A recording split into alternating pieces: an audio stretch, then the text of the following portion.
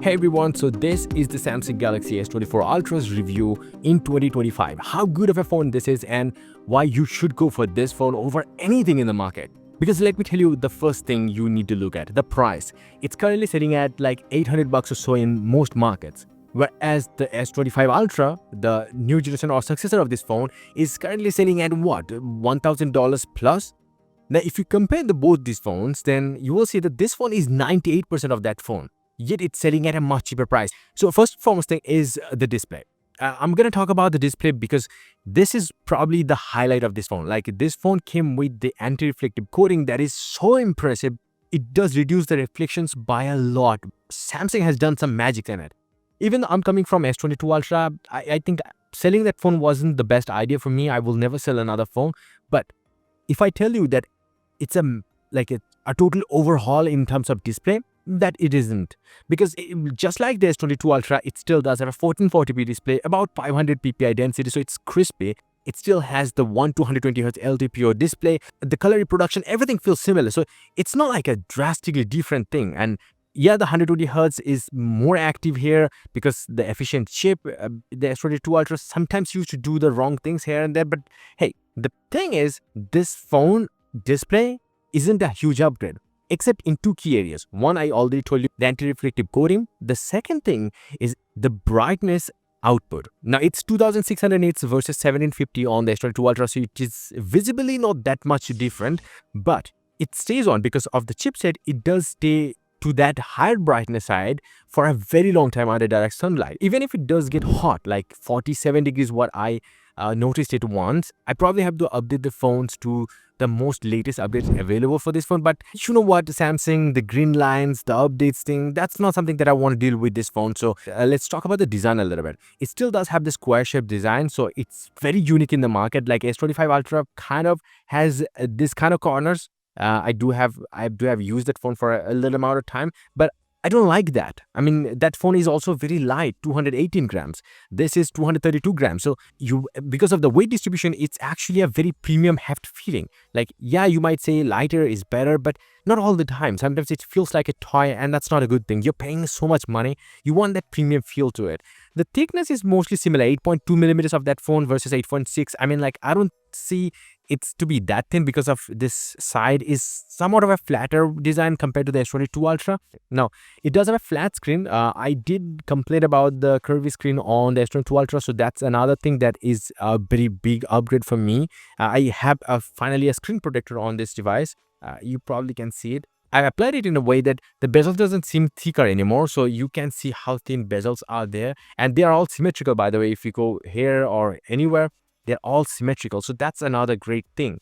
Like, just look at it. Now, in terms of dust protection, IP68, all of that is very similar to the new phone. So display is similar. And another thing I wanted to say about the design is that maybe it digs into your palm, so it's uncomfortable a little bit. It's wide of a phone. Yeah, I get it. But the point is, it doesn't look old. It doesn't look ugly. It is something sexy. It's just an aesthetically pleasing phone. So for that kind of aesthetic, you have to compromise on something. So this is where you are compromising on.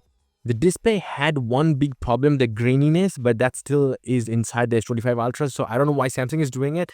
S22 Ultra didn't have that at all. So I really like that thing in that phone. Anyway, it's 8-core chipset, just like the S25 Ultra's one, but S25 Ultra's one is crazy powerful. It's Snapdragon 8 Elite. It's Snapdragon 8 Gen 3. It's a 4nm chip versus that phone has a 3nm chip. But if you look at the core cluster, I don't think there is anything to complain about. Try to open the navigation. Bam, that's it. Phone, here it is. Play Store, here it is. Settings, here it is. The camera app, and if I close them and do that same thing again, you just see it. I can't really complain, and I'm just saying it. I'm not trying to lie to you. This is just so fast. Like, I don't think why I would need anything more than this. I mean, the S22 Ultra's 8 Gen 1 was fast too. It wasn't efficient, I get it, but it was fast too. But this is just another, and this is all it is doing with animation. So if I turn off the animations right in front of you, look, this is the fastest thing you can see. Just so crazy. Damn, man, this is so crazy. So if you just want to have fun with this phone, then this phone is so powerful that you can do anything on this phone. Like if you want to play a game, you're not going to see a massive difference between this or the S25 Ultra. The storage is almost full, but you just see it. Like I'm pushing this phone every single way possible, and this phone doesn't bog down at all. It doesn't have to. It's so good. The only one complaint that I have, probably I want to talk about it, is the music quality, like the speaker quality, let's call it. It's not good. I'm like, Samsung speakers are not good. Just listen to this.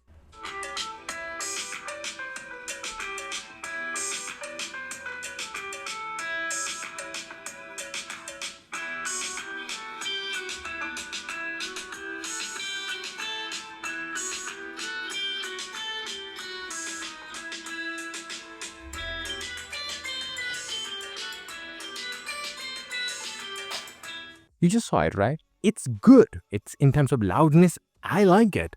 But the depth isn't there. The bass isn't there. Just trust my words. That's the only thing that I don't like about the speakers here. But I love the S Pen. If you don't know, this is what I use every other day. Like now it doesn't have the Bluetooth functionality inside the S25 Ultra. I don't care about that. I don't like that fact, but I don't care about that. All I care about that I can tap on it and I can write down anything. I have done so many things in this and I like it. This is just so crazy. Like this is the best thing about an Ultra. It probably is going to be a flex for a few people. It's probably going to be useless for a few people, but for the greedy people, this is probably one of the best things to have on a phone. On the go, if you need it, you can just have it. Now, it doesn't scratch the phone at all though. The Type-C port is fast. It's similar to what you have probably inside the S23 Ultra, True Ultra. Fast data transfer is there, USB Type-C 3.2 gen port, so it's nothing crazy. I mean, like, you have the Samsung DeX feature out of this port. Like if you plug it in to your monitor, you probably have the Android as a desktop kind of UI experience. Now, another thing to note about this phone, that it does have a very bad PWM rating, 480 Hertz. Now, I'm gonna recommend you to have it in a highest side of brightness. Like in the Samsung, it's mostly right here is where you will see the PWM going crazy. So if you are in this kind of brightness sliders in this position, then you're probably not going to face the PWM problems at all. But then you will always have to deal with the highest brightness, and that's why you have to use the extra dim button, because it's a software, kind of like a sunglass inside the software. This is where you have to deal with. And because of the PWM, actually the lowest brightness is actually crazy good. Like you can go so low, and on top of that you can go for extra dim. But in under this kind of lighting conditions, I will not be able to recover that phone from this kind of brightness. So I'm probably keeping it right here. By the way, the titanium build I was talking about, I forgot some things. The titanium is something that it does look good. I really like the look and feel of the S22 Ultra's armor aluminum, because that was glossy, kind of looked like a jewelry to me. Yeah, it's premium, but I don't know, it doesn't feel premium to me. It's premium, more premium than aluminum for sure. Lighter, more stronger. It's a better product, but I don't feel something cool about it. Now, charging wise, it does support 45-watt fast charging, but I have charged it like for 10 minutes. If we charge it from 30 to 50, it can go really quick. I'm talking about the battery. It does have 5000 mAh battery. After the One UI 7 update, the battery life went down quite a bit. It's not that good, but it used to be really good. It used to give me close to 8 hours.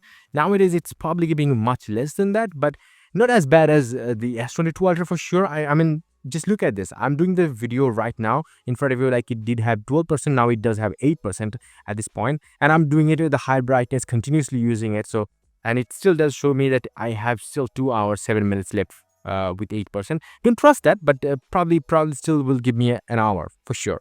Now, I do have the battery protection turned on. You can go from 80% to all the way 95%. So this kind of like locks the charging. So if you have it like at 90%, it will charge to 90% and not more than that. So that's another thing. By the way, if you are thinking about this wallpaper, where you to get it, this is an 8K wallpaper pack. I have it on my website. You can check out the description. There you have the link. Now, in terms of 5G calling experiences, this is pretty amazing. It doesn't drop the 5G as often as the S22 Ultra did. It doesn't do that at all. It does stay on the 5G as long as you want. It doesn't switch to 4G every now and then.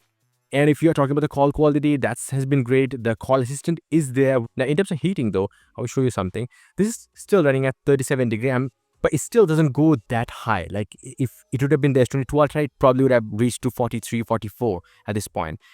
This doesn't do that. But if you push it, like as I said, under direct sunlight, if you push it for a very long time, then surely there is a chance that it will reach to that 47 degree.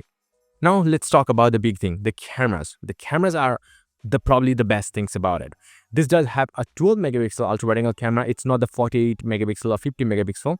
So that's one thing. You have a 200 megapixel main camera, which is inside the S23 Ultra, which is still inside the S25 Ultra, and which still will be inside the S26 Ultra we are hearing.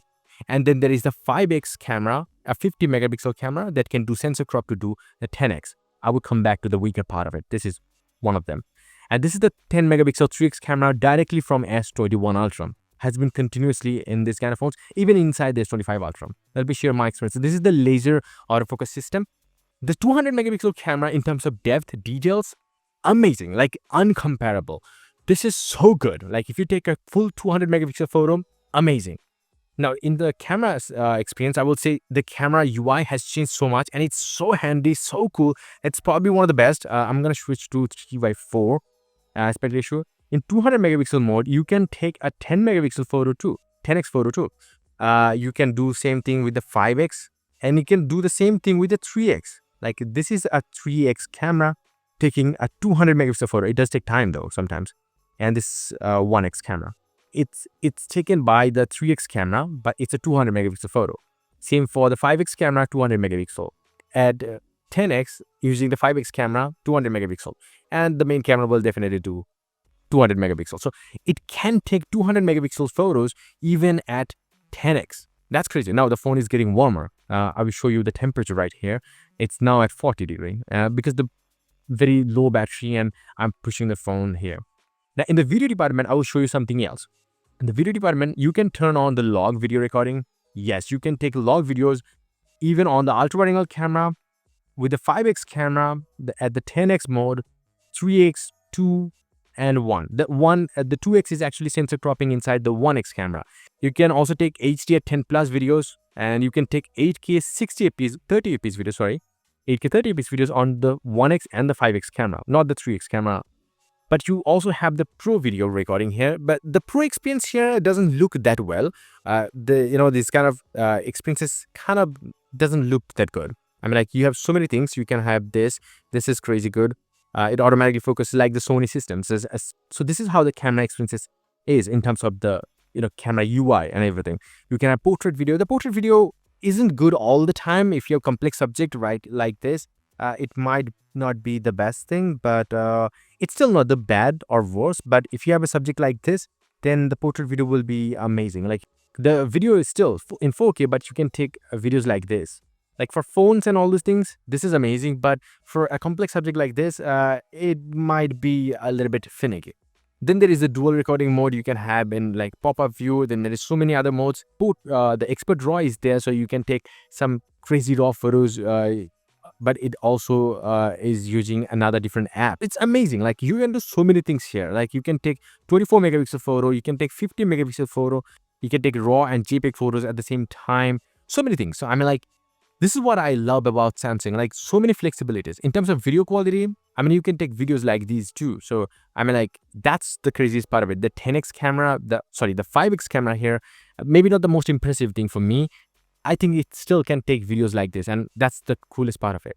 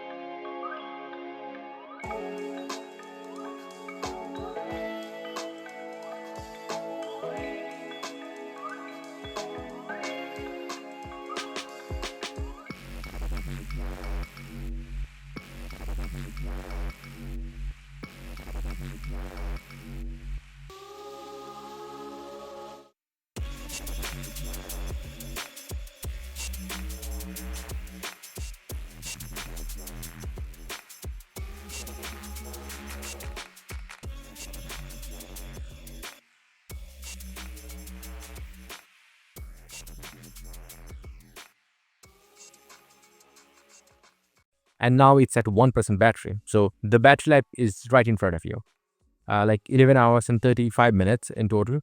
But the screen on time has been only 4 hours and 28 minutes. So the screen on time not is the best after the One UI 7 update. I probably have to do another update to just make it as good as it was with the One UI 6 update. So that's another thing. Now, I think I probably have one of the best cameras in this phone, but the weakest part is that the 10x camera is missing from this phone. Now you do have a 10x mode, but that's not similar. In the optical level, if you look at it, the 10x camera had a blur that used to make it kind of like a DSLR, and that's not the same thing can be replicated with this phone anymore. Even it does have portrait photo mode, portrait video mode, you can take advantage of those things. You have the Galaxy AI that is amazing, like you can remove anything, you can just delete anything. At the same time, you can take 10x videos in the night. That is more better because the 5x camera has better aperture than the 10x camera did inside the S23 Ultra or S22 Ultra. That's actually a better thing, but I still do want a 10x camera. The 3x camera is improved in terms of quality, but it's still a 3x camera that can take, like you can still switch to 50 megapixel and take a 50 megapixel photo using the 3x. The quality is not going to be optically similar, just like the 200 megapixel photos are not optically 200 megapixel, but they are stitched together to make like upscaled photos. They are upscaled photos, so they are not as good as the optical photos. So if this would have been a 50 megapixel 3x camera, then that result would have been a different thing. In conclusion, I want to say that this phone is not only good for 2025, but it will be for 6 more years.